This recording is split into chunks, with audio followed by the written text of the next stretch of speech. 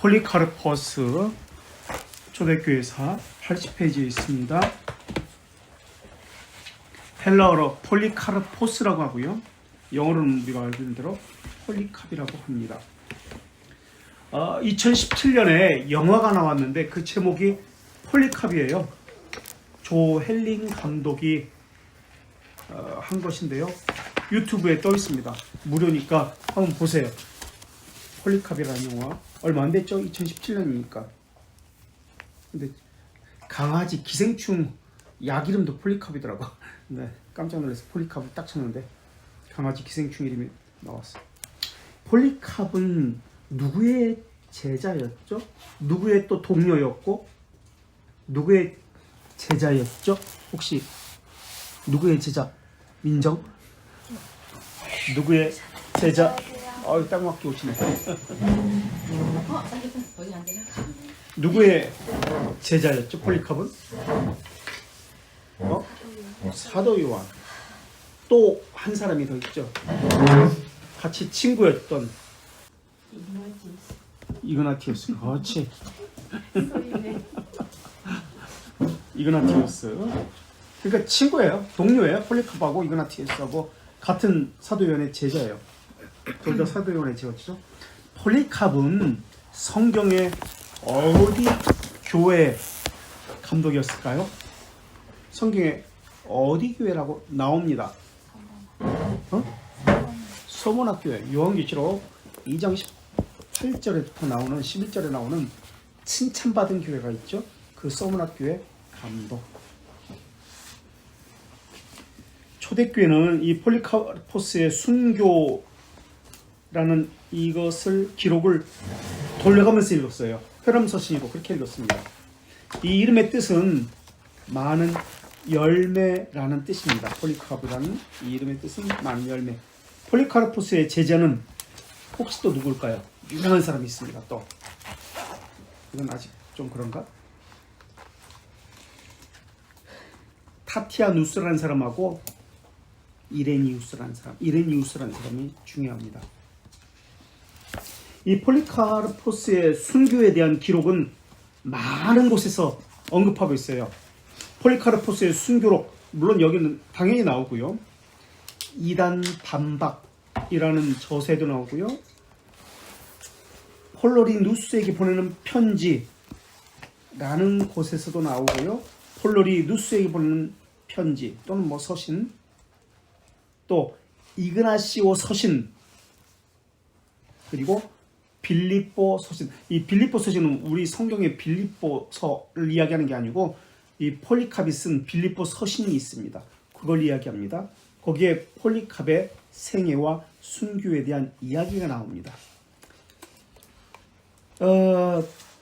폴리캅의 순교가 그때가 저자마다 차이가 있습니다.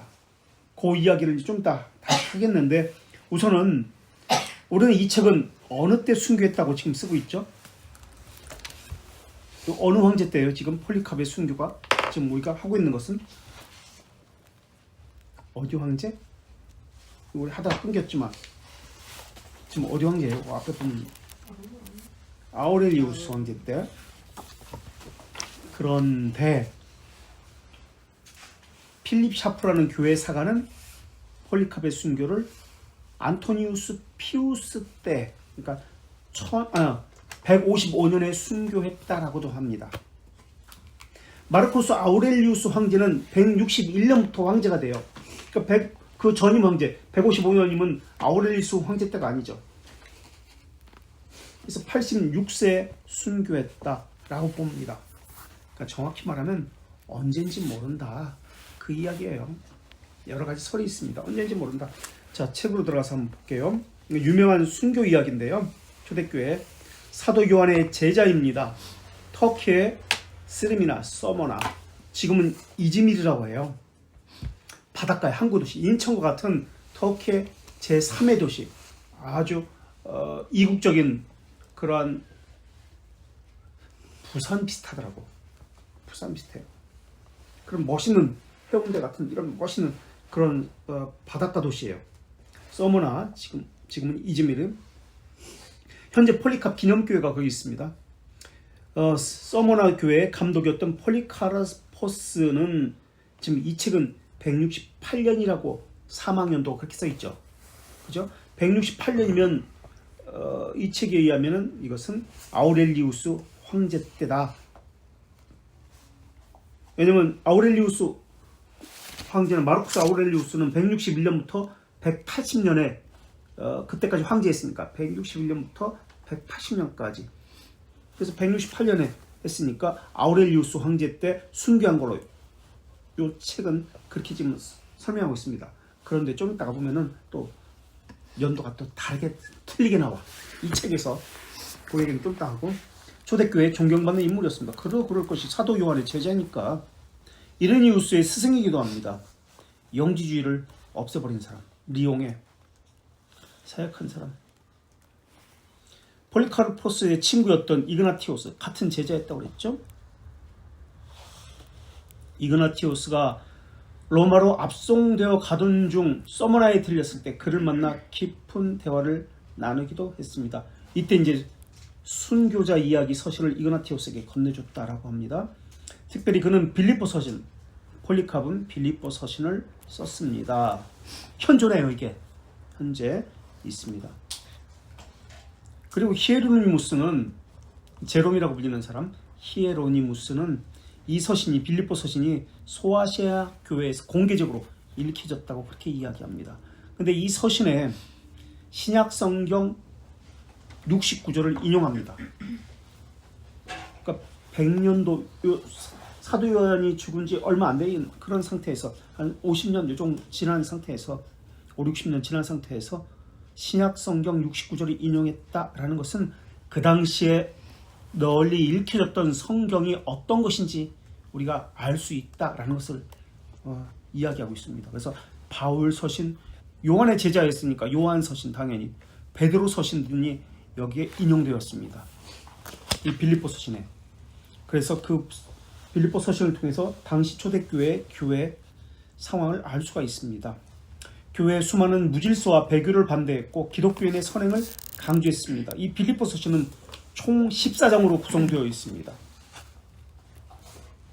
폴리카브의 유일하게 현존하는 작품입니다. 그리고 이것의 주제는, 전체적인 주제는 예수님에 대해서 썼는데 기독론이라고 하죠. 그리스도론. 예수님이 어떤 분이신가를 이야기할 때 그리스도론, 한문으로 기독론이라고 하죠. 어떤 분이냐고 고백하느냐면 이 빌립보 서신에서 그리스도는 주님이시고 현재는 하나님 우편에 앉아 계시며 하늘과 땅의 모든 것을 다스리시는 왕이시다 라는 것을 이 빌립보 서신에서 쓰고 있습니다. 14장 중에서 12장 다양한 은혜에 관해서 권면을 소개합니다. 5장은 집사의 의무, 6장은 장로의 의무, 이런 것들, 당시 집사는 어떤 일을 했는지, 6장에서는 당시 장로는 어떤 일들을 했는지 구체적으로 지금 쓰고 있는 거예요. 그 중에서 12번째 장 다양한 은혜에 관한 권면을 소개합니다. 저는 여러분이 성경 말씀에 조예가 깊다고 믿고 있습니다. 또 여러분 앞에서 어떤 것도 숨길 수 없다고 믿습니다. 성경 말씀은 우리에게 이렇게 말씀합니다. 화내지 마십시오. 죄를 짓지 마십시오. 좀 이따가 시간이 되면은 당시 기독교인들의 국가관에 대해서 이야기를 좀 하려고 해요. 지금 이 시기는 핍박의 시기입니다. 네로, 피우스, 아우렐리우스 10대 핍박 가운데 1, 2, 3, 4 이 핍박의 시기입니다. 언제 죽을지 모릅니다. 그런 상황에서 지금 이거 쓰는 거예요. 뭐라고 쓰냐면 다시 성경 말씀 우리에게 이렇게 말씀합니다. 화를 내지 마십시오. 죄를 짓지 마십시오. 해가 지기 전에 화를 푸십시오. 행복을 이것을 기억하는 분들에게 주어질 것입니다. 저는 여러분들이 이와 같이 행하고 있다고 믿고 있습니다. 분노하는 거 아닌가? 우리를 핍박하고 죽이고 억울하게 잡아가는 이 사람들에게 우리 주 예수 그리스도의 아버지이신 하나님과 우리의 영원한 대제사장이신 하나님의 아들 예수 그리스도께서는 여러분을 믿음과 진리로 세우시기를 원하십니다. 그리고 모든 온유, 친절, 인내, 오래 참음, 관용, 순결로 세우시길 원하십니다. 그렇게 되면 우리 주 성도들 가운데 기업의 한 부분을 우리에게 주실 것입니다. 초대교회 성도들은 자기를 핍박하는 사람들을 미워하지 않았습니다. 오히려 그들의 영혼을 위해서 기도했습니다.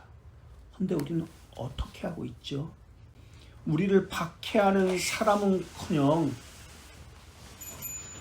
우리에게 해를 끼치지 않은 사람, 그런데도 자기 마음에 안 든다고 분노하고 있는 것은 아닙니까?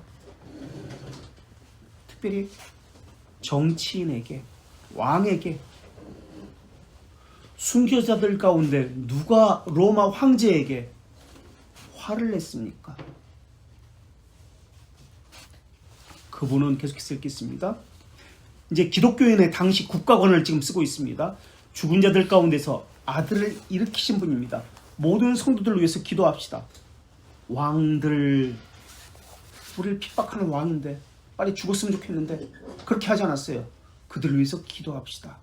주권자들을 위해서, 군주들을 위해서, 나를 죽이겠다고 재판하는 그 군주들을 위해서, 총독을 위해서 기도합시다. 이 왕들, 군주들은 나를 죽이려고 하는 자들입니다. 하나님 저들을 빨리 죽여주시거나 빨리 형벌을 내려주십시오라고 하지 않았습니다. 여러분들을 미워하고 증오하는 자들을 위해서 기도합시다. 십자가의 원수들을 위해서도 기도합시다. 우리 벨지카 36장의 행정관에 대해서 하고 있죠. 그리고 지난번에 우리 또 찾아봤죠. 신앙국에서도. 그러면 여러분들의 맺은 열매가 모든 사람에게 나타날 것입니다. 그분 안에서 완전하게 될 것입니다. 요거는 이제 시간 나오면은 다시 한번 살펴볼게요. 자, 교회 내에 있는 이단자들, 특별히 이 빌립보 서신에 언급되어 있는 거예요. 이게 빌립보 서에 빌립보 서신에, 이 폴리카베 빌립보 서신에 영지주의자들은 발렌티누스, 이 사람은 100년에서 175년 정도, 또는 이 책에는 160년이라고 그랬네요. 영지주의 조직신학자입니다. 로마 감독에 선출될 뻔한 사람이에요. 후보까지 올라간 사람, 존경받는 사람이었어요. 지도자였어요. 당시 로마 교회의 지도자였어요. 그런데 이 사람이 영지주의를 체계화시킨 사람이에요. 알렉산드리아 출신.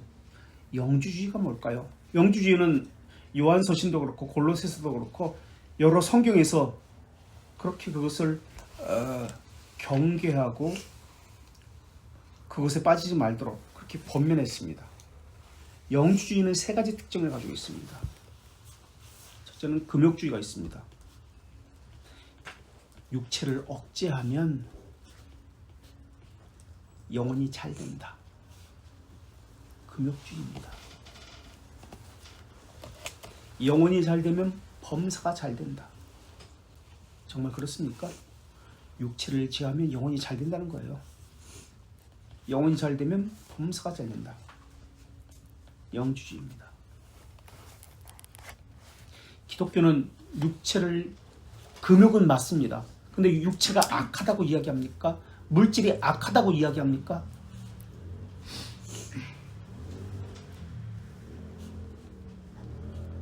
기독교는 물질을 악하다고 하지 않습니다. 근데 이들은 물질은 악한 것이라고 이야기합니다. 영은 선한 것이다라고 이야기합니다. 두 번째, 카리스마입니다. 은사. 그래서 은사를 가진 사람은 대단한 사람으로 취급합니다. 이원 논리로 구분하죠. 영계와 물질계. 그래서 완전한 자와 어린 자. 그래서 여기서 교권주의와 계급주의가 나와요. 그래서 은사를 가진 사람에게는 깜빡 죽는 거예요. 세 번째는 철학적 사색. 성경 이 장면으로 들어가서 생각을 해봐. 들어가서 네가 마리아가 됐다고 생각해봐. 네가 그 사람이 되어서 무엇을 이야기했을 생각해봐. 이러한 것들. 철학적 상상력을 발휘하게 하는 것. 알기 쉽게 이해를 추구하는 것. 이게 영주주의입니다. 이런 세 가지 특징. 오늘날의 영주주의 사상이 교회마다 만연해 있습니다. 이게 영주주의인데 이 초대교회에서 이제 구체적으로는 다음에 다시 할게요. 이단 사상에서 영주주의 사상이 나오니까. 어쨌든 이 세 가지 것이 체계화시킨 사람이 발렌티누스라는 사람. 교회 지도자라고 목사라고 무조건 따라가서는 안 돼요. 존경받는 사람이었어요. 인격적으로도 훌륭한 사람이었어요. 근데 영주주의 사상을 로마 교회에 가르친 사람, 이게 발렌티누스입니다. 또 마라키온, 이 사람은 구약의 하나님, 신약의 하나님을 나눴습니다. 그래서 구약은 잘못된 것이라고, 신약을 바울 서신만, 그러니까 유대 배경과 관련된 이런 서신들, 마태복음이라든지 구약 성경을, 이것은 하나님의 말씀이 아니다라고 했습니다. 신약만 가지고, 그 중에서도 바울 서신만 가지고, 누가복음, 바울 서신 이런 것만 가지고 이야기합니다. 성경의 권위에 대해서 인정하지 않은 사람이에요. 이 85년 본도, 그러니까 폰투스 출신입니다. 이 사람은. 구약의 하나님은 분노하시고 신약의 하나님만이 사랑의 하나님으로 우리가 믿는 하나님이다. 구약은 우리 안에 상관없다 라고 한 사람, 마르치온을 적극적으로 반대했습니다. 신자들을 언급했던 폴리카르포스는 로마 감독 아니케투스를 방문합니다. 왜 로마에 왔냐면 서머나 감독이었기 때문에, 소아시아거든요. 터키, 이즈밀이니까 소아시아 감독이었는데 로마로 왔는데 그 아니케투스를 방문했는데, 왜냐하면 부활절과 유월절 일자 문제 때문에 그렇습니다. 음력과 양력이 있어요. 그래서 히브리역을 따지는 것이 폴리카베스의 히브리 달력을 따지는, 유대력을 따지는 사람이. 그런데 이 로마는 율리우스력을 따르거든요. 그게 달라요, 날짜가. 그래서 유월절을 이제 좀 더 다시 이야기합니다만 날짜가 달라요. 유월절이 아니라 부활절이. 그래서 폴리카브는 4월 셋째 주라고 그렇게 이야기하고요. 이 아니케투스는 현재는 이제 6월 셋째 주에 하죠. 3주 지나서, 6월절부터 3주 지나서. 일자 논쟁이 중요했던 게 아니라 로마 감독을 붙였던 게 중요하다라고 하지만 어쨌든. 그리고 많은 신자들이 사도들의 교훈을 무시하고 그릇되게 행하고 있었음을 지적했습니다. 폴리카르포스는 영주주의 사상을 따르고 있는 마르키온을 이때 만났습니다. 마르키온이 훌륭한 폴리캅을 보고 저를 아시겠습니까? 라고 묻자 폴리캅은 단호하게 나는 사탄의 맏아들을 알 뿐이네 라고 대답합니다. 사탄의 맏아들, 각주가 42번에 나오죠.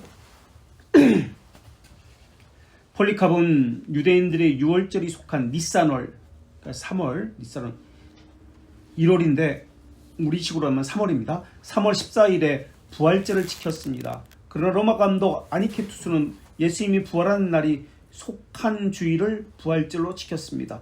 두 사람은, 이 날짜 문제는 좀 이따 다시 이야기할게요. 어떻게 계산하는지. 두 사람은 부활절 일자에 대해 일치를 보지 못했습니다. 이것은 서머나 감독인 폴리카르포스가 로마 감독을 반대했다는 의미이기에 로마 감독의 권위에 치명적인 불명예를 준 사건이 되었습니다. 남자답게 행하라. 이게 시편 31편 24절에 나오는 말씀인데요.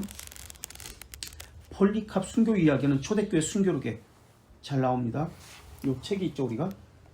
폴리캅 순교사와 서머나 교인들에게 보내는 서신에 당시 서머나 교회는 교인들이 호족도 있었고요, 지방에. 그리고 관리들도 있습니다. 그리고 노예들도 있었습니다. 다양한 계층의 교인들이 이 서머나 교회에 있었습니다. 그리고 폴리캅은 50년간 이 교회에서 사역을 합니다. 그리고 이 당시 86세였어요. 폴리캅이. 86세 노인을 처형한다 라고 하는 것은 관리들도 무리라고 보았습니다. 그래서 처음에는 회유를 시켰습니다. 이때 치안감이, 경찰총장이 헤롯이라는 이름을 가진 사람이었습니다. 초대교회에 널리 알려져 있습니다. 이 서신은 폴리카르포스가 순교한 직후에 쓰였으므로, 이거 보십시오. 순교한 직후에 쓰였으므로 150에서 156년에 기록된 것으로 보입니다. 앞에 한번 보세요. 이 책에서 지금 모순이죠, 이거. 앞에서는 언제 죽었다고 그랬죠? 168년에 사망했다고 그랬어요. 그죠? 근데 여기는 죽고 나서 155년에서 156년에 기록했습니다. 무슨이죠? 같은 책에서 바로 앞뒷장에서 고이야를 좀 이따가 왜냐면은 모르기 때문에 그래요. 언제인지 몰라요. 유세비우스가 썼는데 이 폴리카르포스의 순교사화를 썼는데 원본이 없습니다. 사본만 있어요. 10세기에 헬라어 사본이 있습니다. 그래서 이것에 대해서 학자들마다 달라요. 그래서 어떤 학자는 155년에서 160년 사이에 죽었다. 또 어떤 학자는 이건 쇠델이라는 사람이 주장하는 것이 155년에서 160년에 죽었다. 그렇게 되면 아우렐리우스 황제 때가 아니라 피우스 황제 때 죽었다라는 것이죠. 안토니우스 피우스 황제 때. 그리고 또 어떤 학자는 아니다. 지금 이것처럼 165년에 죽었다. 168년에 죽었다. 이렇게 학자마다 다르게 주장하는 거예요. 어쨌든 쇠들은 22장까지 이 폴리카포스의 순교사화가 있는데 마지막 21장과 22장은 나중에 후대에 첨가한 것이다 라고 이렇게 주장합니다. 그래서 지금 이 책에서는 168년이라는 것도 있고 155년, 156년 기록한 것도 이렇게 썼습니다. 근데 연도가 중요한 게 아니에요. 죽었다는 게 중요하고 어떻게 죽었다, 왜 죽었냐, 이게 중요합니다. 남자답게 행하라, 이 말은 16세기에 라티머라는 사람이 있어요. 리들리라는 사람이 있습니다. 영국의 최초의 순교자. 16세기에 이 사람들에게도 들려졌다라고 기록에 나옵니다. 용기를 가져다 담대히 행하라, 그런 말이죠. 순교 사회에 보면은 처음에 어떻게 시작하냐면 보내는 사람이 있고요, 받는 사람이 있습니다. 보내는 사람과 받는 사람, 서머나에 있는 하나님의 교회와 필로멜리오에 체류하는 하나님의 교회와 모든 곳에 있는 거룩하고 보편적인 모든 공동체에 서신을 보냅니다 라고 시작합니다. 그러면서 처음에 보내는 사람, 받는 사람의 이름이 나오고 1절에 박해를 종결지었습니다 라고 하고, 그 다음 2절에 우리들 역시 그의 모방자가 되기를 원합니다. 그를 따르는 자들이 되어야 합니다. 이렇게 나옵니다. 그러니까 이 순교록을 통해서 그의 사상을, 그의 신앙을 우리도 배워야 합니다 라는 것을 전하기 위해서 순교록이 쓰여졌다는 것을 알 수 있습니다. 원래 저스틴 마터, 순교자라는 말은 증언하는 자라는 뜻입니다. 그런데 오늘날은 이것이 순교자라는 이름으로 그렇게 쓰여졌죠. 오리게네스는 초대교회 교부였던 오리게네스라는 사람은 영적인 순교라는 말을 사용합니다. 그래서 피 흘림이 없는 순교라 할지라도, 그러니까 신앙을 가지면서 핍박을 받는 것, 괴로움을 당하는 것을 영적인 순교라는 단어로 그렇게 사용합니다. 그것 역시 순교다라고 이야기합니다. 오리게네스라는 사람은 처음에는 폴리카르포스는 도망갔어요. 잡혀가지 않았어요. 피해 다녔어요. 이것이 사실이에요. 근데 잡혀간 것은 86세 때, 이때는 일부러 도망가지 않았어요. 잡혀가도록 내버려뒀어요. 순교는 당시 사람들에게, 교인들에게 특별한 의미를 갖습니다. 순교는 사람이 선택하는 것이 아니고요, 하나님이 선택하는 것입니다. 선택된 자에게 하나님이 주시는 은혜입니다. 이것을 말하고자 했던 거예요. 이게 첫 번째 이유입니다. 잡혀갔던 이유. 순교는 사람이 선택하는 것이 아니고 하나님이 선택된 자에게 주시는 은혜다. 이게 첫 번째 이유입니다. 두 번째, 순교는 하나님께서 주시는 것인데 담대함과 용기도 사람으로부터 나오는 것이 아니라 하나님으로부터 특별히 주시는 것이라고 설명하고 있습니다. 그래서 초대교회 사람들은 순교를 자랑스럽게 여겼어요. 하나님께서 주시는 것, 특별한 사람에게 주시는 담대함, 용기, 이것을 받은 자라고 여겼습니다. 그리고 세 번째, 순교는 예수 그리스도의 진정한 제자들에게만 해당되는 것이다 라고 했습니다. 그래서 예수 그리스도를 본받는 자다, 신앙의 수호자다, 사탄과 투쟁하는 자다, 기독교인의 삶의 완성자다, 이렇게 순교자들을 초대교회 사람들은 그렇게 바라봤습니다. 이게 세 번째 이유입니다. 진정한 제자다, 신앙의 수호자다, 사탄과 투쟁자다, 기독교인의 삶의 완성자다. 이 순교자를 향하는 가르치는, 말하는 당시의 초대교회 성도들의 시각이었어요. 네 번째, 순교자는 피의 세례를 받는 사람이라고 생각했습니다. 피의 세례. 그래서 피의 세례를 받기 때문에 죄들의 용서를 할 수 있는 권한이 있다라고 믿었습니다. 그래서 순교를 앞둔 사람들이 감옥에 있을 때 사람들은 오히려 그 사람에 가서, 수많은 사람들이 그 사람에 가서 기도를 부탁했습니다. 왜?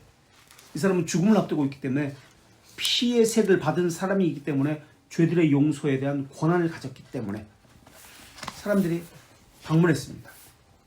그래서 죄사함을 받는 기도를 부탁했습니다. 이게 초대교회였습니다. 네 번째 있고, 다섯 번째, 순교는 진정한 신자가 되는 특권이라고 여겼습니다. 그래서 당시 초대교회 사람들은 일부러 순교하는 자발적 순교자, 자발적 순교라는 단어도 생겨났습니다. 자발적 순교, 일부러 하는 거예요. 그래서 로마 총독은 제발 좀 나 좀 찾아오지 말라고, 하도 사람들이 찾아와서 자기 기독교인이라고 자기를 죽여달라고 하니까, 너무 많이 사람들이 찾아오니까, 나 찾아와서 죽여달라고 하지 말고 네 스스로 벼랑에서 뛰어내려. 이게 진정한 순교예요. 아무도 보지 않는 데서 그렇게 말할 정도였어요. 그 정도로 사람들이 자발적으로 나는 기독교인입니다, 죽으려고 뛰어들었습니다.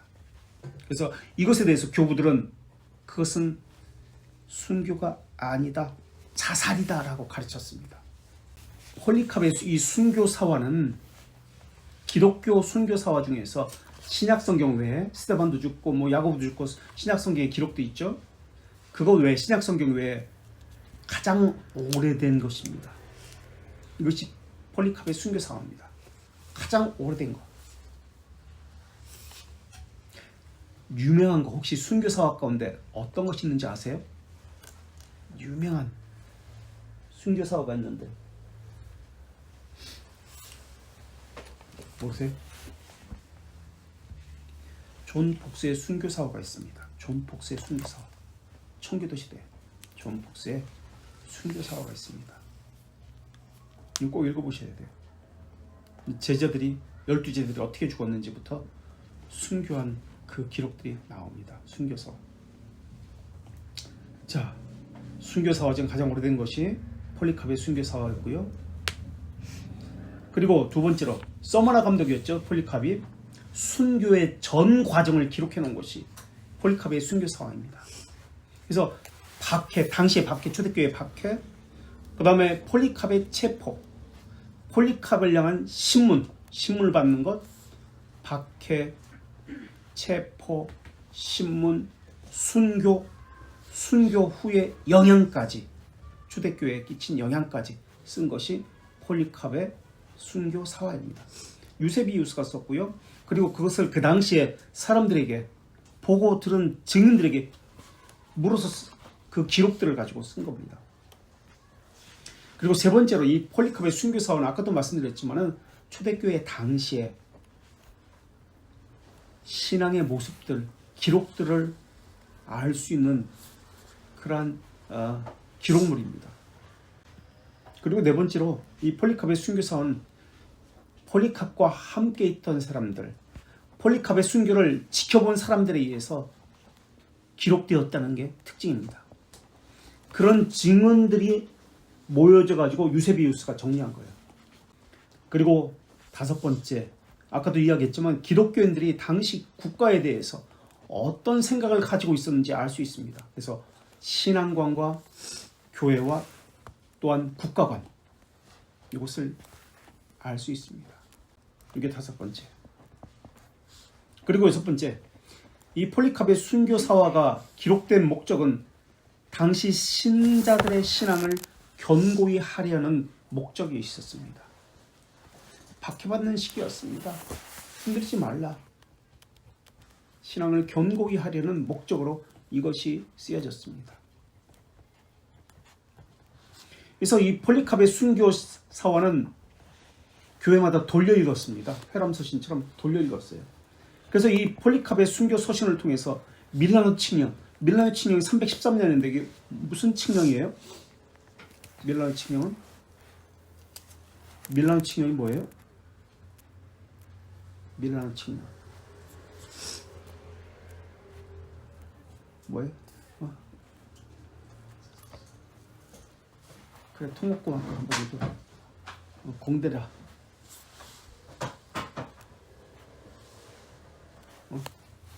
밀라노 칙령. 종교의 자유. 종교의 자유. 맞는 것 같아요, 지? 네. 그래. 훌륭하다. 네. 종교 관용 기독교만 한 거 아니에요? 모든 종교를 이야기합니다. 모든 종교, 국교가 아니라 모든 종교에 대해서 어떤 종교든 자유롭게 믿어라. 그 이야기입니다. 종교의 자유, 관용 정치, 관용. 밀라노 칙령 313년에 그때까지 많은 신자들에게 신앙에 힘을 주었습니다. 그것이 폴리캅 순교 사화입니다.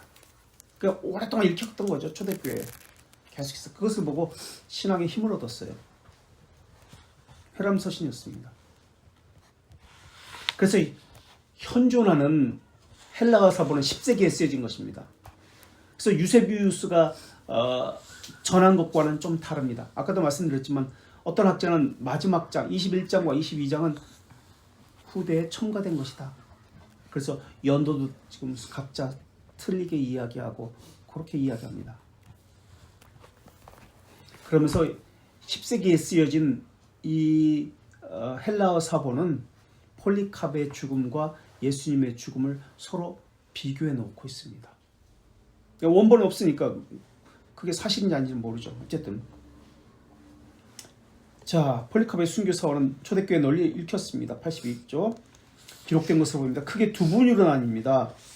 1장에서 12장, 22장까지인데 전반부가 있습니다. 그 다음 13장부터 후반부가 있습니다. 22장까지.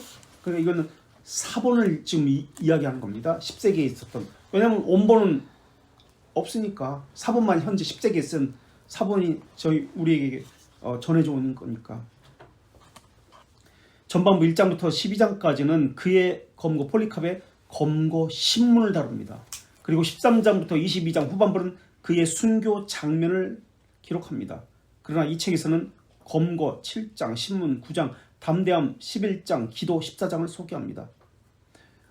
지금 여기 사진이 있죠. 사진.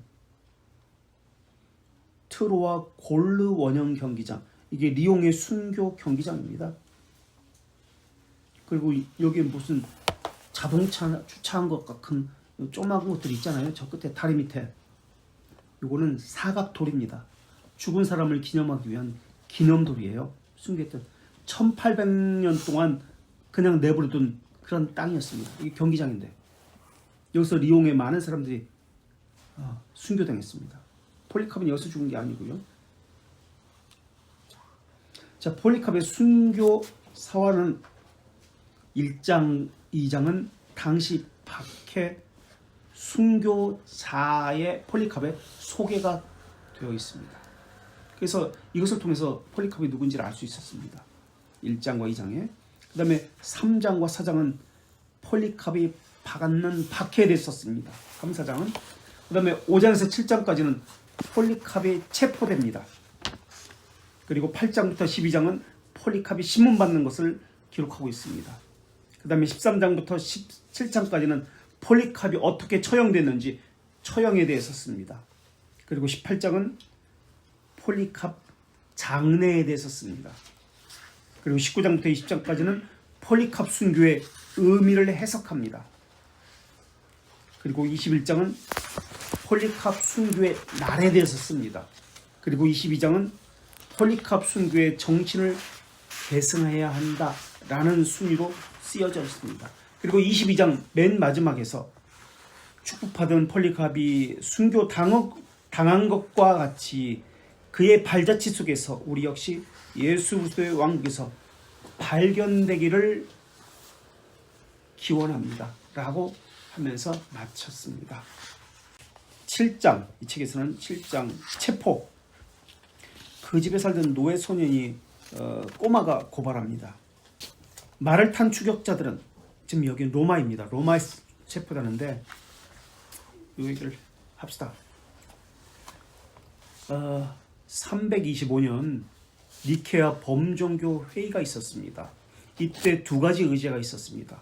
하나는 삼위일체, 우리가 알고 있는 대로 삼위일체와 반삼위일체, 그러니까 어떤 것이 옳은지에 대한 그 논쟁의 결론을 내기 위해서였습니다. 그래서 이때 반삼위일체론자인 아리우스가 이단위로 정지되고 삼위일체 교리가 바르게 확립되어집니다.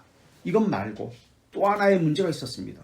그것은 부활절 날짜의 문제였습니다. 각 교회가 우리는 유대력을 따라서 부활절을 지켜, 우리는 로마의 율리우스력을 따라서 부활절을 지켜, 각기 다른 거예요. 부활절의 날짜가. 그래서 콘스탄티누스 황제는 부활절에 그 날짜를 일치시키기 위해서 전 세계에 있는 교회가 같은 날 부활절을 지켜야지 어떻게 각기 다른 날짜를 부활절을 지켜? 라고 했던 겁니다. 그래서 유대력은 니산월 1월 14일이거든요. 그것이 끝난 다음 주일에 부활절을 지켜야 한다고 했습니다. 그러나 로마는, 서방교회는 춘분을 중시 여겼습니다. 춘분이 대단한 축제였거든요. 봄이 오는 춘분 첫째 보름달 다음 첫 일요일 날, 춘분이 지나고 보름달 15일 지난 그 다음 주일에 부활절을 지켜야 한다라고 하는 것이 서방교회, 그러니까 로마의 전통을 따르는 이런 사람들의 주장이었습니다.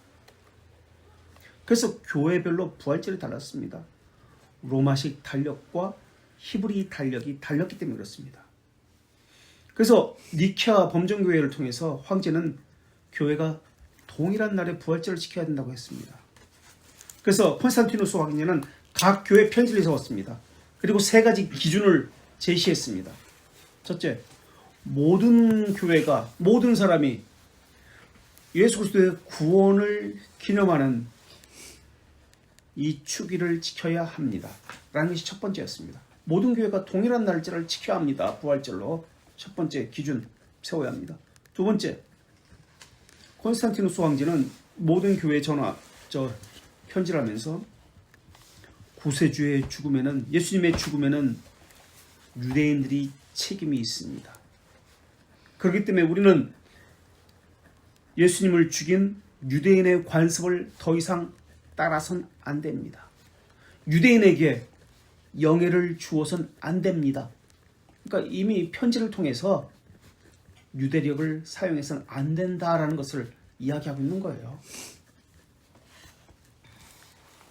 그리고 세 번째, 현재 로마, 이태리, 그러니까 율리우스력을 따르고 있잖아요. 로마 제국 내에서 로마, 이태리, 브리타니카, 스페인, 갈리아 다 로마 제국에 다스리는 지역이잖아요. 관습에 따라서 우리는 부활절을 지켜야 합니다. 그래서 부활절이 서방교회 전통을 따라서 지금처럼 춘분 이후 만월 다음 주일에 지키게 되었습니다. 그러니까 로마의 율리우스력을 따라서 부활절을 지키도록 한 거예요. 요한 크리소스토모스는 387년 안디옥 교회에서 강의를 하면서 니키아 결정을 따르지 않는, 아직도 유대인의 계산을, 달력을 따르는 사람들을 향해서 이들을 정죄합니다. 한 달 정도 차이가 나거든요. 약. 니케아 회의에서 부활절 날짜를 정하는 것을 당시 춘분이 언제였냐면 3월 21일이었어요. 당시 춘분이 325년 춘분이 3월 25일이었어요. 3월 21일. 그래서 3월 21일 지난 다음 주일. 그래서 3월 22일에서 3월 25일 사이가 됩니다. 이때 부활절을 지키게 됩니다. 고대 시대에는 춘분을 중시 여겼습니다. 그래서 어느 민족이든 농사와 관련되어지기 때문에 춘분을 중시 여기기 때문에 대축제의 날이었습니다. 그래서 부활절을 춘분 다음 주일이라고 정해지게 된 겁니다. 그래서 325년에 3월 22일이었기 때문에 2024년에는 부활절이 언제 있는지 아세요? 3월 31일이었습니다. 춘분은 음력 이게 매년 달라요.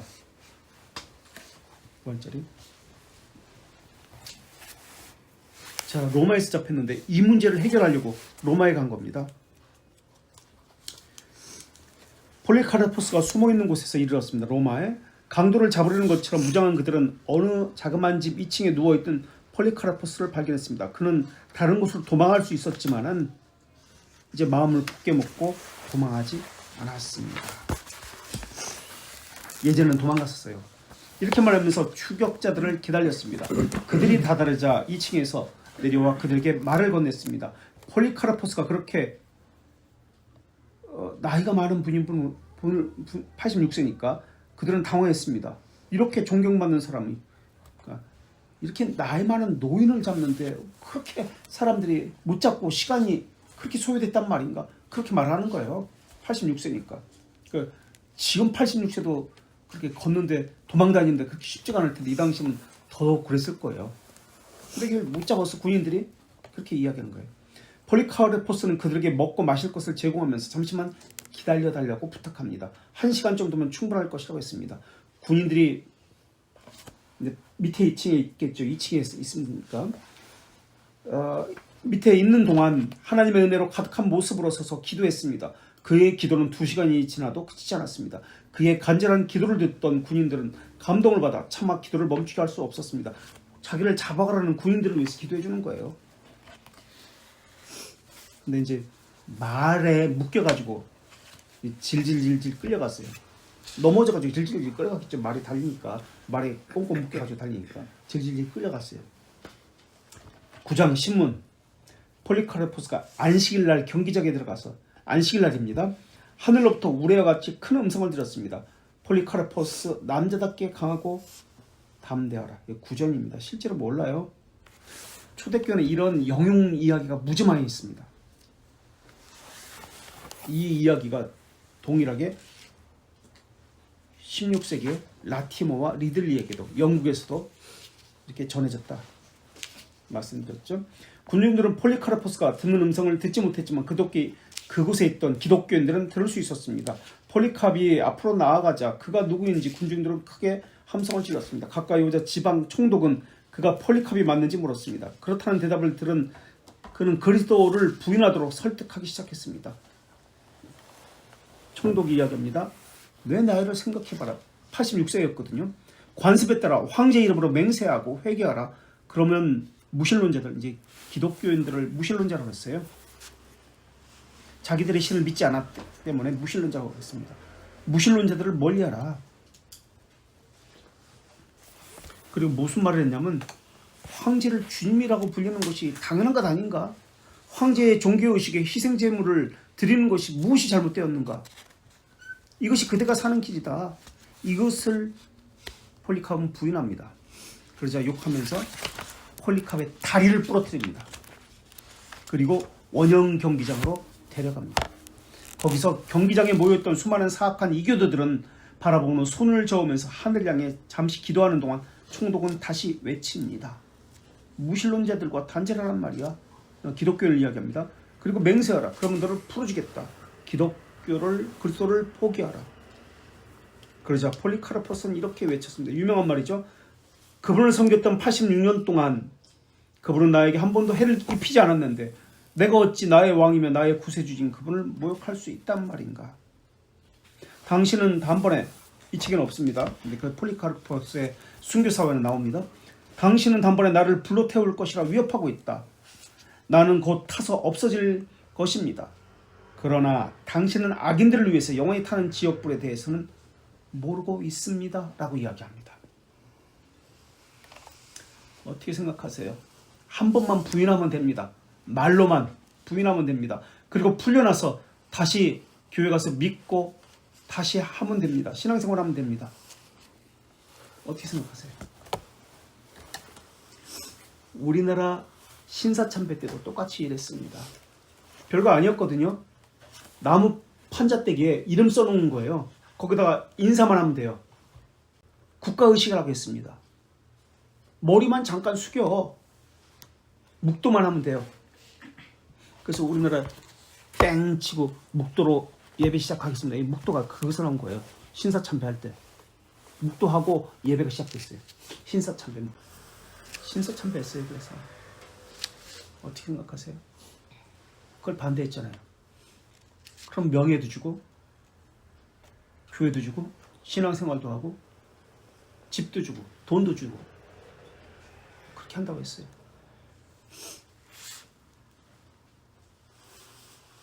11장 폴리캅 신문. 폴리캅을 신문하는 장입니다. 그들은 그의 말에 따라서 못 박지 않고 단단히 묻기만 했습니다. 두 손이 말뚝 뒤에 묶인 채 서 있는 그의 모습은 희생제를 드리기 위해 준비된 한 마리의 번제 양과 같았습니다. 그는 하늘을 우러러보며 외쳤습니다. 다리 좀 부러진 상태입니다. 오 전능하신 주 하나님, 사랑스러우고 찬양받기 합당하신 당신의 예수 그리스도의 아버지, 우리는 주님으로 말미암아 당신에 대해서, 천사들과 권능의 하나님에 대해서, 모든 피조물에 대해서, 그리고 당신 앞에 살게 되는 모든 의인에 대하여 알고 있습니다. 오늘 이 시간까지 함께 해주시고 순교자의 반일에 들어갈 수 있도록 인도해 주신 당신께 진심으로 감사와 영광을 돌려드립니다. 또 그리스도의 잔에 참여하여서 영과 몸이 영생을 얻을 수 있게 하심과 성령으로 부패하지 않도록 인도해 주심을 진심으로 감사드립니다. 이 마지막 기도예요 지금. 근데 보세요, 기도가 무엇을 해달라고 하지 않는 거요. 감사합니다라고 하는 기도가 계속 이어지죠. 살찌고 받을 만한 희생제물을 당신 앞에 드려지길 바랍니다. 자신을 지금 드린다는 거예요. 영원히 신실하신 하나님 당신께서 나보다 먼저 이런 희생제물이 되셨으니 저는 이 길을 따르렵니다. 베푸신 모든 것에 대해 당신께 감사와 영광을 돌립니다. 영원하시고 하늘에 계신 예수 그리스도 더불어 당신께 영광을 돌립니다. 당신의 사랑하는 아들과 더불어 성령과 당신께 지금부터 영원토록 영광이 있기를 바랍니다. 아멘. 이 모습을 보고 이제 군중들이 화가 나요. 그래서 불에 타고 있는 폴리캅에게 칼을 들고 가서 칼로 막 찌릅니다. 칼로 베고 긴 칼로 이렇게 불에 타고 있는 데가 화가 나가지고 이 집정관은 폴리캅이 시체를 묻으면서 사람들에게 명령합니다. 뭐라고 명령하면 사람들이 십자가에 달린 그리스도를 버리고 이 사람을 경배하는 일이 없도록 하라. 기독교인에 대해서 몰랐어요. 이 집정관은. 그래서 기독교인은 예수님에게만 경배한다는 생각을 못하고 혹시 이 사람을 경배할까봐 그렇게 명령을 내렸습니다. 이후에도 마르쿠스 아울렐리우스 시대, 그러니까 마르쿠스 아울렐리우스 시대인지 모릅니다. 피우스 시대일 수도입니다. 시기에 순교를 당한 사람이 많은데 특히 177년, 요거는 이제 마르쿠스 아울렐리우스 시대입니다. 프랑스 리옹에서 50명이 순교합니다. 리옹은 현재 인터폴 본부가 있는 프랑스 세 번째 도시죠. 그 인근 광역시까지 220만 인구고요. 현재 리옹은 49만 도시입니다. 이레니우스가 사역한 도시, 산에 있는 도시, 고대 도시 리옹. 켈트의 신의 이름을 빌려가지고 빛의 언덕이라는 도시가 리옹이라는 도시입니다. 그래서 리옹에서 유명한 사람이 이레니우스하고 또 한 사람이 있는데, 우리 장로교회는 정치적인 용어죠. 언약도들, 개혁신학의 뿌리, 이 사람이 사실은 그 사람이 아니죠. 그런데 그 사람의 이름을 빌려가지고 쓰고 있죠. 그 사람이 여기 출신입니다. 여기서 리옹의 가난한 자들이라는 단체를 만듭니다. 그게 그 사람 이름이 무엇일까요? 무슨 파? 리옹 출신, 리옹의 가난한 자들. 1120년에 이 사람은 1157년에 태어났고요. 57년 맞나? 60년인가? 확실히 모르겠네. 1120년 신앙 고백서가 만들어집니다. 그러니까 이 사람이 태어나기도 전에 이 파에 이름이 없어요. 이 파에 신앙 고백서가 있습니다. 중세시대 때 우리가 배웠는데 이분들은 안 배웠구나. 신앙 고백서가 있습니다. 오늘날 신앙 고백서와 거의 일치합니다. 그 사람의 이름이 무슨 파? 왈도파. 피에르 왈도라는 사람입니다. 그러니까 이 단위로 정제하면은 이름이 있어야 돼요. 그래서 후대에 태어났어요. 이 사람은 피에르 왈도라는 사람. 왈도파는 원래부터 있었어. 근데 이름이 몰라. 무슨 이름인지. 근데 이단을 정제하기 위해서 후대에 태어난 어떤 사람을 이단으로 정제하면서 이 사람들이 모두 왈도다. 왈도를 주장하는 사람이다. 근데 이 사람은 후대에 태어났어. 그렇게 됐던 거예요. 왈도파라고 불리기 시작합니다. 이단을 정지하기 위해서. 이단 왈도파와 관련된 교황, 죽였던 십자군 관련된 교황은 혹시 누구신지 아세요? 왈도파를 죽였던 이태리 북부와 프랑스 남부 지역에 리옹 근처에 살던 왈도파를 죽인, 또 왈도파만 아니라 알비파라는 또는 카타르파라고 합니다. 순교를 주장했던, 청교를 주장했던 카타르파, 알비파를 죽였던 이 십자군, 이 교황이 누굴까요? 이 사람은 알아둬야 된다고 했던 사람입니다. 로빈훗 시대 존 황과 관련이 있는 사람, 성직 수인권 논쟁을 했던 교황입니다. 이 교황은 너무나 많은 것들을 고안해서 지금까지도 그 사상이 내려옵니다. 화채설, 칠성례, 고해성사와 이러한 것들, 교황권 강화, 4차 십자군 전쟁, 이러한 것들을 행한 사람, 어린이 십자군, 이러한 것들을 행한 사람, 그리고 이슬람을 쳐부순 것이 아니라 기독교 국가를 쳐부순 콘스탄티노플로 쳐들어간 이 사람은 알아둬야 되는데, 이노첸조 3세. 자, 왈도파를 이야기하면서 먼 데까지 갔어요. 자, 이외에도 마르쿠스 아우렐리우스 시대에 순교를 당한 사람이 많은데, 특별히 177년 프랑스 리옹에서 많은 사람이 순교했습니다. 3명의 고올, 리옹 그 지역을 고올 지역이라고 해요. 프랑스 고올의 사람의 원형 경기장 뜻을 가진 트로아 골르 원형 경기장이 지금도 보존되어 있습니다. 특별히 그곳에서 여성 브랑딘느 노예였습니다. 여자 노예, 어린 여자 노예 비롯해 여러 명이 50명이 순교했다고 그랬죠. 202년 리옹의 감독 포티우스에 이어서 이레니우스가 순교합니다. 즉 폴리캅의 제자 이레니우스. 이때 19,000명이 순교를 합니다. 리옹의 감독 이레니우스는 사도요한의 제자였던 파피우스, 히에라폴리스, 그 파묵갈래 주교였습니다. 폴리캅의 제자였죠. 그래서 전임 포티우스의 뒤를 이어서 리옹의 감독이 되는 것이 이레니우스입니다. 이레니우스라는 이름도 기억을 하셔야 합니다. 왜? 영지주의를 없앤 사람이기 때문에. 이단에 대하여라는 책을 쓴 사람입니다. 폴리캅의 명을 받고. 그래서 순교의 자리를 폴리캅과 함께 당하지 않고 그때를 자리를 벗어날 수 있었습니다. 그래서 영지주의 문서를 싹 없애가지고 땅에 파묻었는데, 그것이 발견된 것이 오늘날 뭐 사회문서, 도마복음 막 이런 것들 다 영지주의 문서예요. 그때 다 없앴는데 그것이 발견된 거예요. 그 사람이 이레니우스, 유명한 이단에 대하여라는 책을 쓴 사람. 그래서 이레니우스가 리옹의 감독이 되는데 이때 순교를 당합니다. 포티우스는 92세에 순교를 당합니다.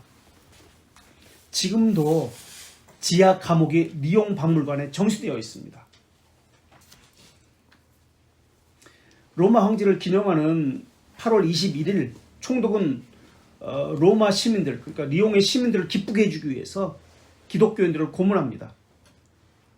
그 중에 함께 있었던 사람이 노예 브랑딘느라는 사람입니다.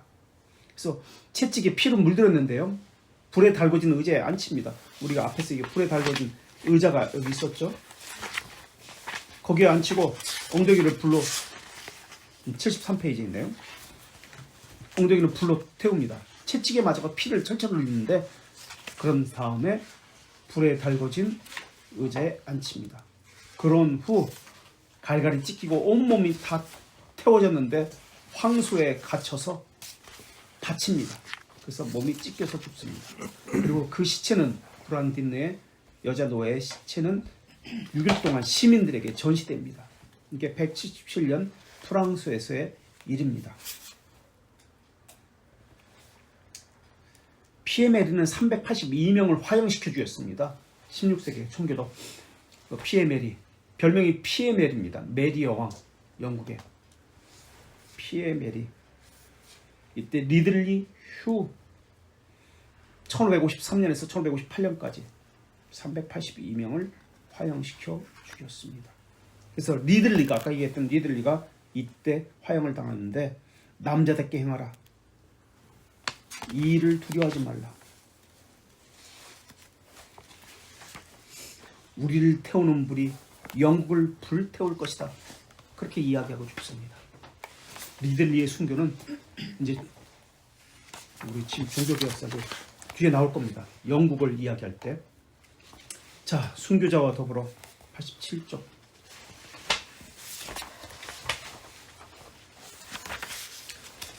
이건 좀 더 해야 돼요. 끝내야 되니까. 그래서 이걸 먼저 했던 거예요. 초대교회 87쪽. 초대교회 순교사를 접할 때 하나님이 도와주셨으면 그런 끔찍한 고통, 뼈아픈 이별이 없을 거라 생각했을지도 모르겠습니다. 기독교가 지상의 삶을 위해 있는 것이며 세속적 욕구를 충족시키는 종교라고 믿는다면 이런 생각이 가능합니다. 하지만 신실한 기독교인들에게 죽음은 부활의 문턱입니다. 그들은 자신들이 이미 한 번 죽었으며 두 번 죽지 않는다고 믿었기 때문에 죽음을 두려워하거나 비굴하게 고통을 피하기 위해서 자신의 고귀한 신앙을 포기하지 않습니다. 날마다 자기를 죽이는 사람은 죽음을 그렇게 고통스러워하지 않습니다.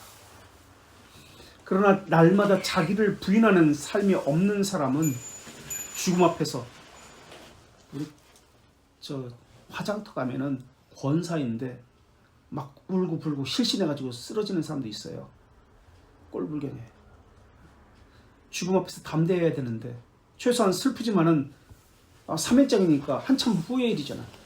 근데 불에 태워지는 화장터에서 막 난리를 치고 막 쓰러지고 산발을 하고 그러면서 땅바닥에서 뒹구는 그런 기독교인들도 많이 봤어요. 왜? 이 땅에서 자기를 죽이는 훈련을 안 했기 때문에 그렇습니다. 날마다 자기를 죽이는 훈련이 된 사람은 이 죽음 앞에서도 담대해질 수 있습니다. 그게 신자의 삶이에요. 왜냐하면 그렇게 소망했던 예수 그리스도를 만나는 것이 부활이기 때문에 그렇습니다. 이와는 달리 맹목적인 순교를 열망해서 하는데 초대교회 때 그랬어요. 거기는 분명한 목적이 있고 대의가 있습니다. 진리를 지키고 따를 때 죽음은 장애가 되지 않습니다. 순교하기 전에 당하는 고문이 우리를 몹시 두렵게 하지만 부활신앙을 꼭 붙들고 있다면 그리스도의 고난을 충분히 승리하리라 믿습니다. 죽음을 두려워하는 이유는 미련이 있기 때문에 그러합니다. 못다한 일, 아쉬운 일을 뒤로하고 세상을 떠나간다는 것은 어려운 일입니다. 하지만 그분의 섭리를 진정으로 신뢰한다면, 또 그분이 나보다 더 잘 해결하실 것을 믿는다면 죽음을 담대하게 맞이하리라 믿습니다. 순교자들의 신앙을 보면 이런 자세를 잊지 말아야 합니다. 88쪽. 당시 기독교인들은 주님만을 사랑했습니다. 어떤 조건을 가지고 예수님을 믿은 것이 아니라 주님만을 사랑합니다. 그 다음 단락. 초대교회 신자들은 조건과 분위기를 따라서 신자가 된 것이 아니었습니다. 예수님을 믿는 것이 곧 죽음을 의미하는 것인데도 그분을 믿는 것은 진리 그 자체 때문이었습니다. 우리는 그분으로 말미암아 자신을 정확히 알게 됩니다. 진리 앞에 서면 자신이 한없이 부끄럽지만 성경에 기록된 위로의 말씀은 그분을 신뢰함으로 담대하게 또 겸손하게 그분 앞에 나가도록 이끌어 줍니다. 예수님이 좋아서 그분에 대해서 알고 싶고 그분의 말씀대로 살고 싶어집니다. 불교, 유교, 이슬람에는 종교를 창시한 지도자가 있습니다. 기독교는 예수 그리스도께서 창시자인데 기독교 외의 다른 종교들은 창시자의 삶, 그분의 신분에 대해서는 관심이 많지 않습니다. 다른 종교는 사람의 말에 관심이 있습니다. 그러나 우리는 예수님의 말이 아니라, 말씀이 아니라 예수님이 어떤 분이시냐, 누구시냐에 관심이 있습니다. 그래서 우리는 그분에 대해서 알고 싶은 것이지 그분의 가르침, 그분의 말씀이 아닙니다. 그러나 다른 종교는 그분은 관심 없어요. 그분이 어떤 분이냐는 관심 없고 그분의 가르침에 관심이 있습니다. 그래서 다른 종교들은 신분에 대해서 관심이 많지 않습니다. 예를 들어서 이슬람의 마호메트는 여러 번 결혼하고도 어려움을 많이 당했다고 합니다. 하지만 이슬람 교도는 마호메트의 삶에는 관심이 없습니다. 그의 가르침인 코란에만 집중합니다. 유대교도 마찬가지로 창시자인 모세 자체에는 관심이 없습니다. 그가 전해준 율법에만 관심이 있습니다. 하지만 진리에 입각한 기독교는 예수 그리스도 자체에 관심이 있습니다. 초대교회 신앙의 핵심은 예수 그리스도가 어떤 분인지 알아가는 것이었습니다. 우리가 누구를 사랑한다고 하면 조건을 따지지 않습니다. 사랑하게 됩니다. 조건이 있으면 이미 사랑이 아닙니다. 우리는 자신의 삶 속에서 예수 그리스도를 만나고 그분의 말씀들이 이루어지는 것을 체험하면서 신앙 성숙에 이릅니다. 왜 그분이 죽었을까? 그분은 도대체 어떤 분이었을까? 그분은 언제부터 존재했을까? 지금 어디에 계시는가? 초대교회 신자들은 이런 의문을 품었습니다. 특별히 핍박을 당하는 사람들이 늘 고민하며 알고 싶었던 것이 예수 그리스도의 순환에 관한 것이었습니다. 사람들은 예수님의 순환에 대한 의미를 찾고자 했습니다. 넘겨서요. 90페이지 밑에 단락, 제일 밑에 단락 밑에서 5줄. 성경에는 많은 증인들이 구름같이 둘러싸가 있다고 말합니다. 아마도 천국에 오면 몸의 흔적을 가진 성도들만 만나지 않을까 생각됩니다. 91페이지 셋째 줄. 나태하고 게으른 우리 신앙의 대주되는 초대교회 신자들은 과연 어떤 신앙을 가졌을까요?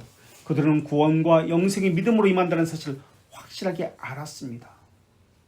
동시에 예수님을 자신의 구주로 확고하게 믿었습니다. 그래서 그분이 어떤 분인지 분명히 알고자 했습니다. 그 결과 그분을 위해서 죽을 준비가 늘 되어 있었습니다. 바꿔 말하면 죽을 상황에 이를 것을 예견했기 때문에 그분이 누구신지 분명히 알려는 부단히 노력했던 것입니다. 이런 맥락에서 예수님께서는 제자들을 3년간 훈련시킨 후 너희는 나를 누구냐 하느냐라고 물으셨습니다. 우리 기독교 강요 이 이야기를 좀 해야 되는데 사권 20장 44절 제목이 사권 20장 24절 제목이 불의한 자에게도 복종하라 라는 제목입니다. 불의한 자에게도 복종하라.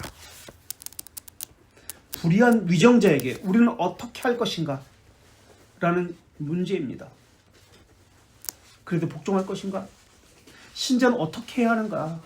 결론적으로 칼빈은 이렇게 이야기합니다. 사람들은 이러한 자들은 합법적으로 명령을 내리는 군주라고 인정하지 않습니다. 신자는 그래도 복종해야 합니다. 물론 그들은 부당한 일을 합니다. 사람의 임무와는 동떨어진 일을 합니다. 거기다가 권위자에게 나타나는 임무와는 동떨어진 잔혹한 일을 합니다. 하나님의 영성을 나타내지 못합니다. 선한 자를 칭찬하고 나쁜 자를 두렵게 하고 벌을 주는 하나님의 사역자로서의 흔적을 가지고 있지 않습니다. 성경이 말하는 고결함, 우리에게 이러한 권위자로서 인정되지 않습니다. 인간의 마음은, 우리의 마음은 독재자들을 향해서는 통렬한 비난을 하고 공격을 하게 됩니다. 그런데 신자라면 어떻게 해야 할까요? 이런 질문을 던집니다.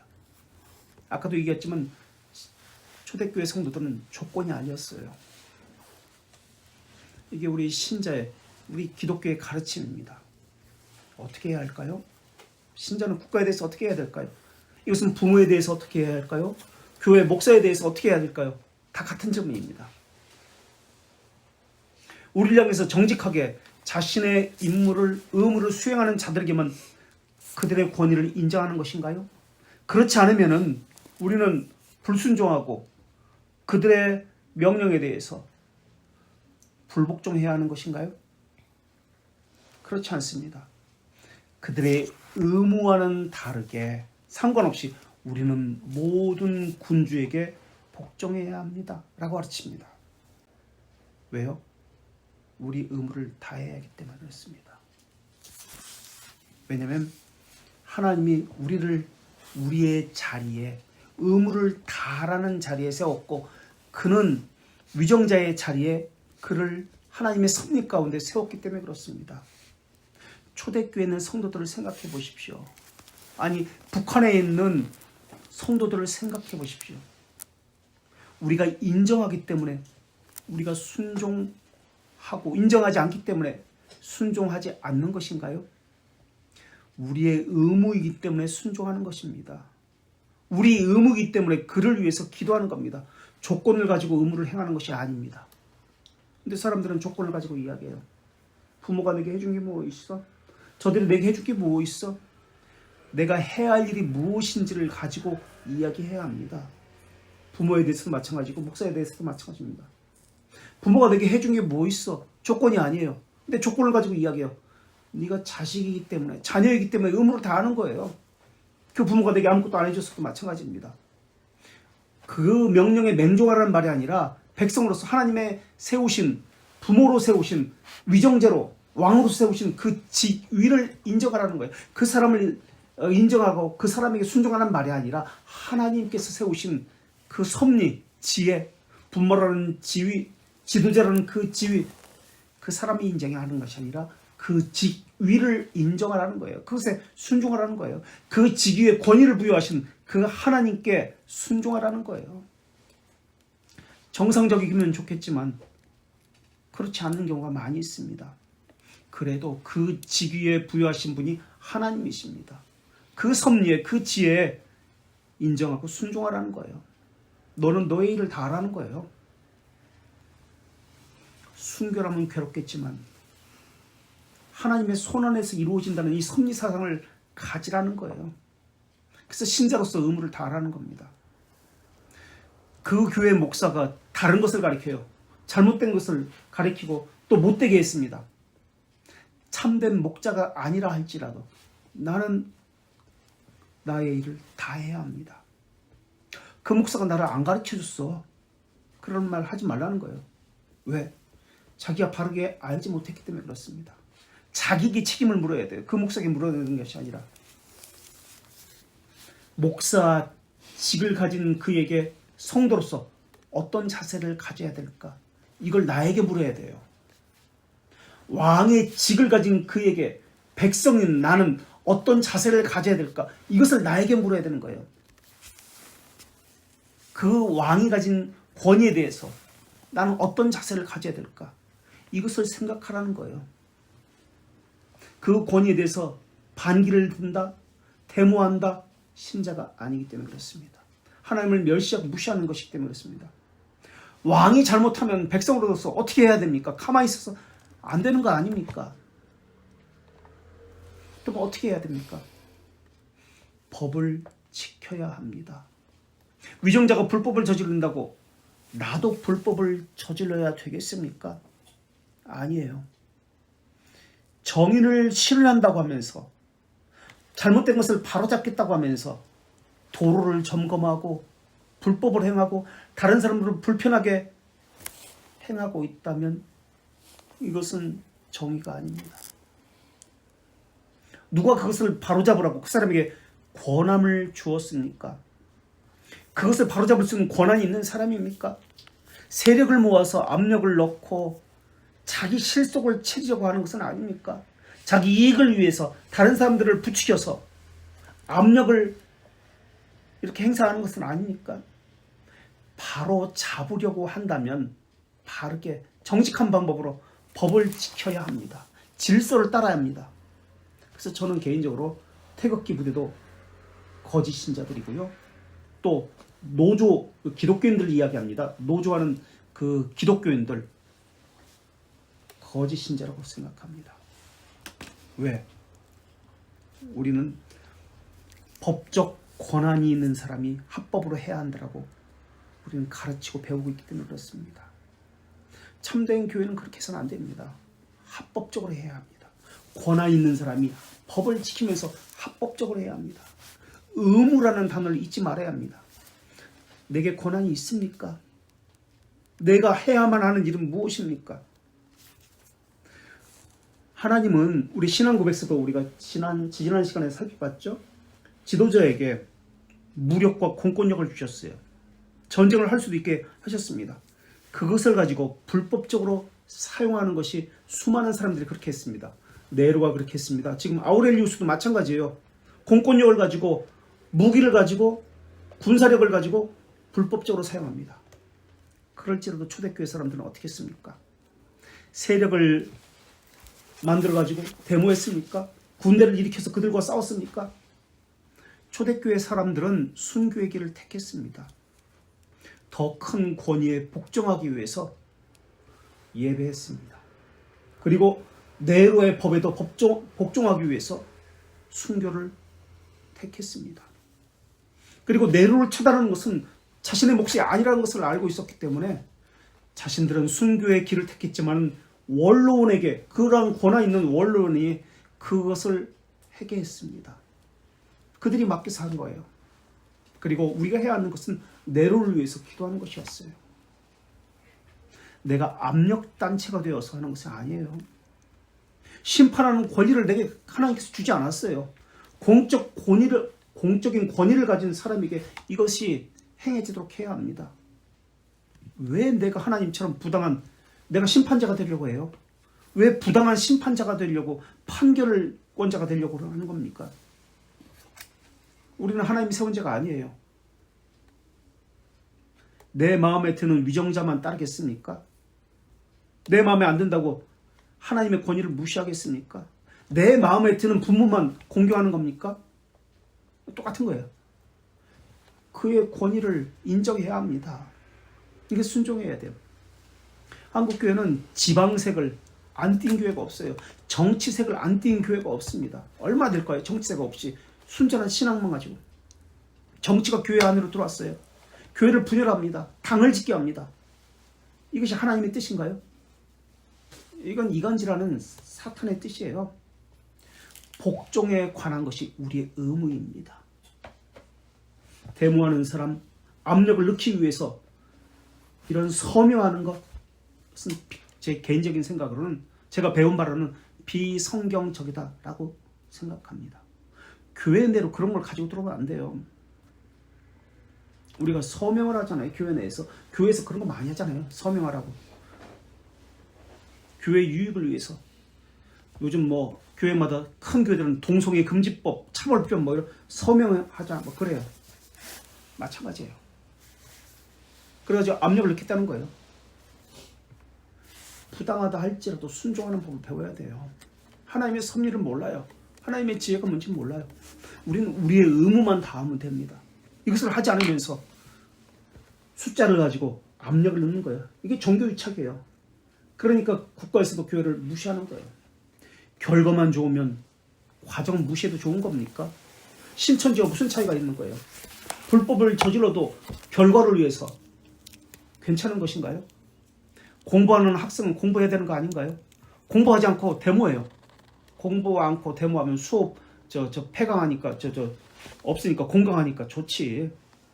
그게 자기 본분인가? 수업이 없어서 좋기 때문에 데모하는 사람도 있죠. 난 안 가르치겠다. 난 배우지 않겠다. 그렇지 말고 나는 가르쳐야 된다. 그것이 내 의무다. 교수는 나는 배워야 된다. 어떤 일이 있어도 이게 학생의 의무예요. 그게 자기 본분이에요. 초대교회 성도들의 국가관은 데모하고 그의 불법을 바로잡기 위해서 싸우겠다고 군대 조직하고 이런 거 아니에요. 그런 거 없어요.